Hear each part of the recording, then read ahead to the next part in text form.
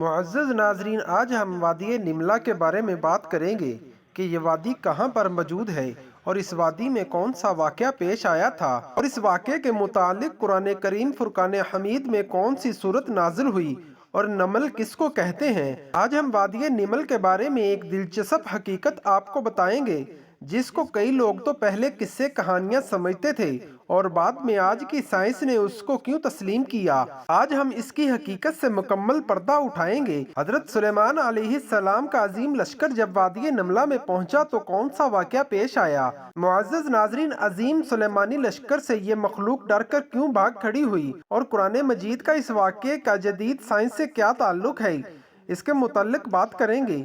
اگر آپ ہمارے چینل پہ نئے ہیں تو ہمارے چینل کو سبسکرائب کریں اور لائک کریں، اور آپ سے گزارش ہے کہ ہماری اس ویڈیو کو اینڈ تک ضرور دیکھیں۔ معزز ناظرین، حضرت سلیمان علیہ السلام اللہ تبارک و تعالیٰ کے نیک بندے اور بادشاہ تھے جو حضرت داؤد علیہ السلام کے چھوٹے بیٹے تھے۔ آپ 965 قبل مسیح میں حضرت داؤد علیہ السلام کے جانشین ہوئے اور تقریباً 60 سال فرما روا رہے۔ اللہ تبارک و تعالی نے اپنے برگزیدہ پیغمبر حضرت سلیمان علیہ السلام کو ہر طرح کا علم دے رکھا تھا، یعنی پرندوں سے باتیں کرنے کا علم عطا فرمایا تھا، بلکہ آپ پرندوں کا ہی نہیں، چرندوں، درندوں اور کیڑے مکوڑوں تمام مخلوق کی زبان سمجھتے تھے اور ان سے انہی کی زبان میں بات کیا کرتے تھے۔ آپ علیہ السلام کے لشکر میں انسانوں، جن، پرندوں اور درندوں کے علاوہ اللہ تبارک و تعالی کی دیگر مخلوقات بھی بڑی تعداد میں شامل تھیں۔ آپ بہت رعب اور دبدبے والے بادشاہ تھے۔ آپ کے لشکر میں یہ مخلوقات الگ الگ گروہ میں منقسم تھی: شیطان کا گروہ، جنوں کا گروہ، انسانوں کا گروہ، حیوانات کا گروہ اور پرندوں کا گروہ۔ یہ اپنے اپنے مقام پر نظم و ضبط اور قطار بنائے کھڑے رہا کرتے تھے۔ کسی کی یہ مجال نہ تھی کہ وہ اپنے اپنے رتبے یا درجے کے خلاف آگے پیچھے ہونے کے جرم کے مرتکب ہوں، اور اگر کوئی موجود نہ ہوتا تو آپ کو فوراً معلوم ہو جاتا۔ اللہ تبارک و تعالی نے قرآن مجید میں حضرت سلیمان علیہ السلام کا ایک بے مثال واقعہ پیش کیا ہے، جس کے مطابق ایک مرتبہ حضرت سلیمان علیہ السلام جنوں، انس اور حیوانات کے عظیم لشکر کو لے کر کہیں تشریف لے جا رہے تھے۔ جب لشکر سلیمانی پورے رعب و دبدبے کے ساتھ صحراؤں سے گزرتا، پہاڑوں کو پار کرتا، دریاؤں کو عبور کرتے ہوئے ایک بڑی وادی سے گزرا۔ یہ وادی وادی نملہ یعنی چونٹیوں کی وادی کہلاتی تھی، جہاں کی زمین اور پہاڑوں میں لاکھوں کروڑوں سوراخ تھے جن میں چونٹیاں رہتی تھی۔ نملہ کی یہ وادی اسقلان کے قریب تھی، جبکہ ابن بطوطہ نے لکھا ہے کہ یہ وادی صبرون اور اسقلان کے درمیان تھی، جبکہ بعض مفسرین اسے ملک شام میں بتاتے ہیں۔ بہرحال لشکر سلیمانی کا اس وادی سے گزر ہوا۔ چونٹیوں کی اس بستی میں ایک ملکہ چونٹی تھی۔ ملکہ چونٹی اپنی رعایا چونٹیوں کا بہت خیال رکھتی تھی اور چونٹیوں کی سلطنت کی نظم و ضبط بخوبی چلاتی تھی۔ تمام چونٹیاں اپنی ملکہ سے بہت پیار کرتی تھیں اور وفادار تھیں، اور اس کے ایک اشارے پر بڑے سے بڑا کام کرنے کو تیار رہتی۔ اس وقت ملکہ چونٹی بہت سی دیگر چونٹیوں کے ساتھ وادی میں گھوم رہی تھی۔ اچانک اسے زمین میں ایک عجیب سی دھمک محسوس ہوئی۔ وہ چونک کر رک گئی اور زمین سے آتی آواز کو غور سے سننے لگی۔ ملکہ چونٹی بولی، لگتا ہے کہ بہت بڑی فوج ہماری وادی کی طرف آ رہی ہے۔ یہ ضرور حضرت سلیمان علیہ السلام کا لشکر ہے۔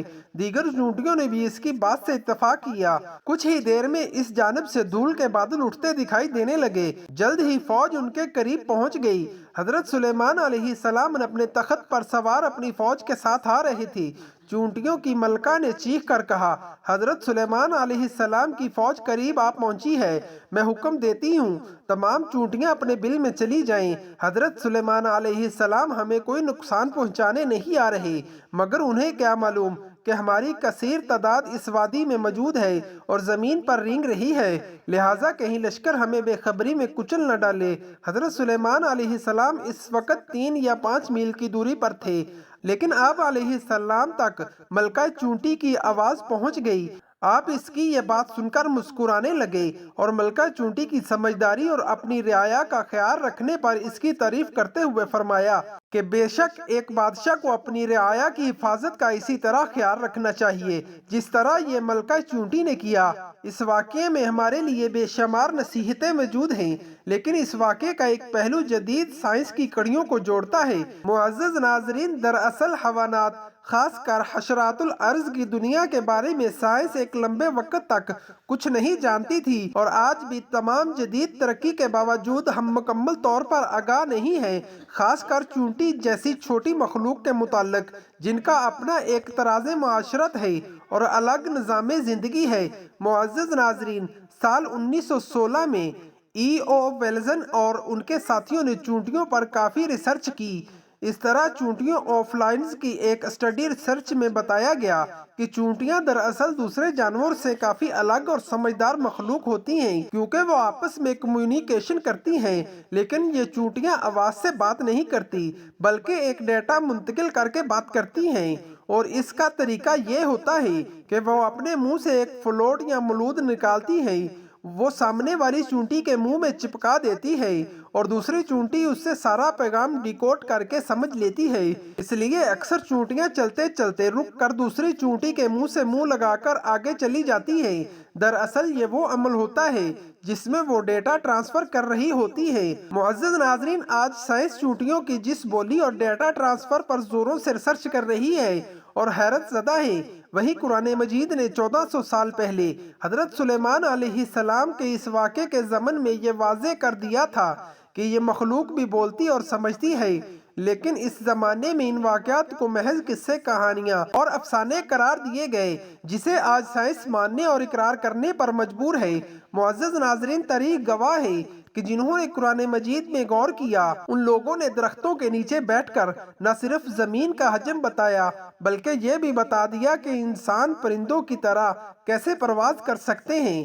اگر ہم قرآن مجید میں غور و فکر کریں تو آج بھی ایسی ایجادات کر سکتے ہیں کہ نسل انسانی حیران رہ جائے، جیسا کہ اللہ تبارک و تعالی نے قرآن مجید میں بار بار فرمایا کہ یہ قرآن میں غور نہیں کرتے، کیا یہ عقل نہیں رکھتے؟